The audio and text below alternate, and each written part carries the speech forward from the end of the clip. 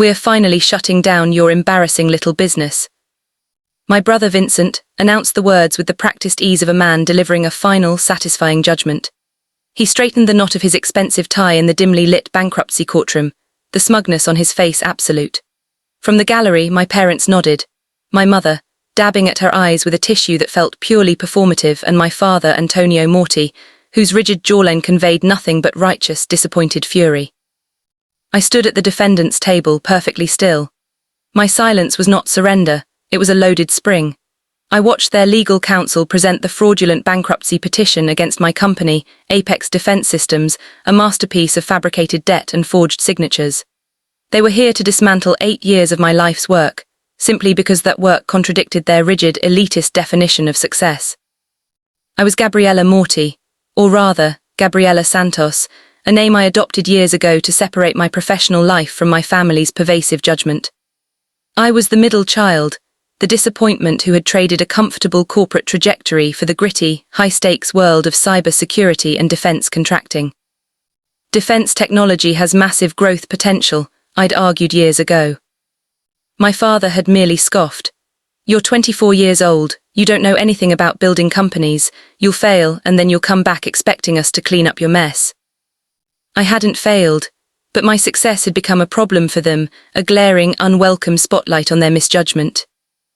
Now their lawyer was droning on about supposed insolvency, a $2 million debt Vincent had allegedly furnished, a debt that existed only on paper crafted 6 days prior.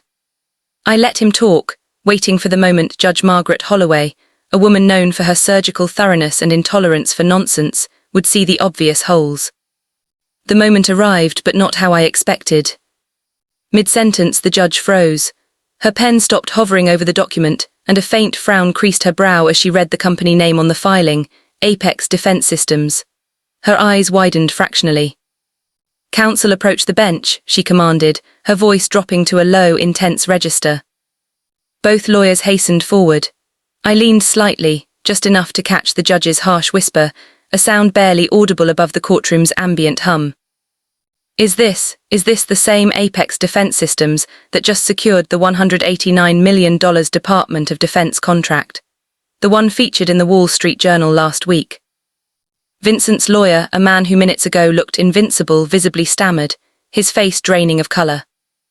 Judge Holloway looked up, her gaze cutting across the room to meet mine, a look of disbelief mixed with a growing, cold fury. "I'm going to need to see extensive, verified documentation before we proceed," she stated, her voice now sharp and clear. "Because either this petition is the most incompetent filing I've witnessed in my 3 decades on the bench, or someone is attempting to commit a profound act of fraud in my courtroom." Vincent's triumphant smile evaporated, replaced by a look of sheer, panicked incomprehension. 8 years ago, I founded Apex Defense in a dusty garage with $3,000. While my family cultivated prestige, luxury car dealerships, old money marriages, and country club committees, I was pouring 20-hour days into developing specialized cybersecurity protocols for military communication. We won our first small contract in year 4.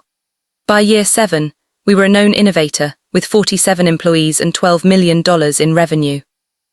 The $189 million duty contract announced 6 weeks ago was the validation. It was the moment Apex became a major defense contractor. The news was public, but my identity, Gabriella Santos, CEO, remained professionally separate from the family name. They knew I had a big contract, thanks to a gossiping cousin who worked at a law firm handling some of our compliance. They didn't know the scale.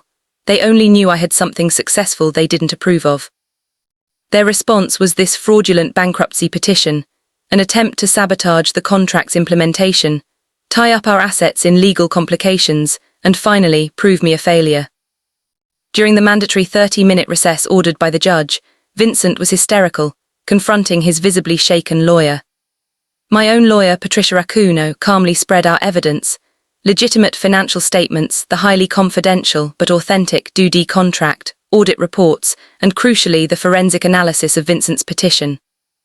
The metadata, Patricia explained, pointing to a technical printout. Your brother's loan agreement was created last week. The signatures are clumsy forgeries. The fraud is undeniable. When Judge Holloway returned, the air was toxic with anticipation. She skipped all preliminaries. I've done some preliminary research.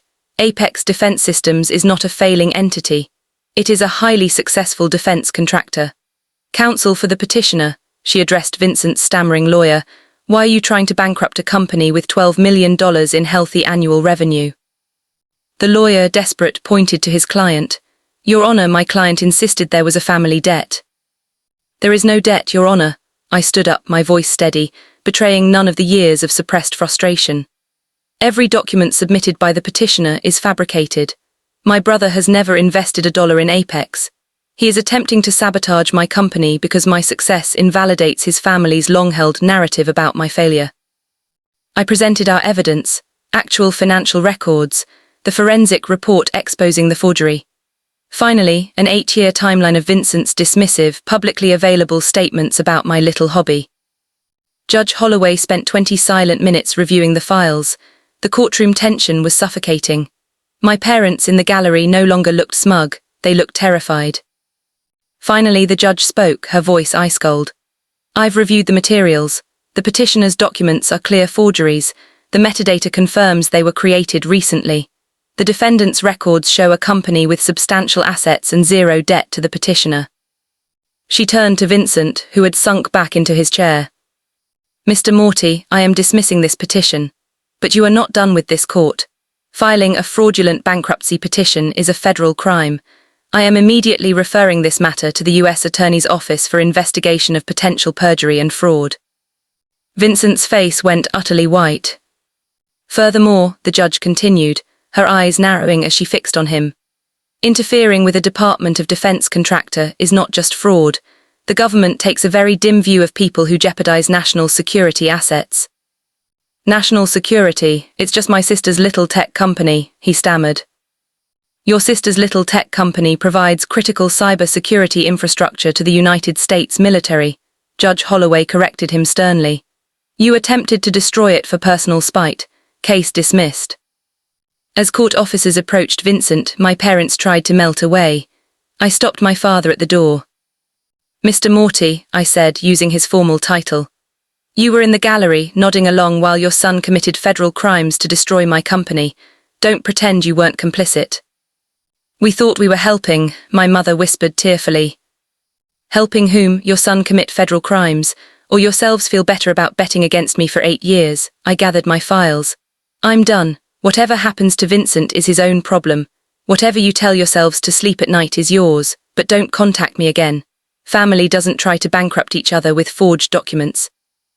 I walked out of the courtroom, leaving the crumbling remains of their world behind. My success had not only embarrassed them, it had literally exposed them as frauds. I had survived them. I had won.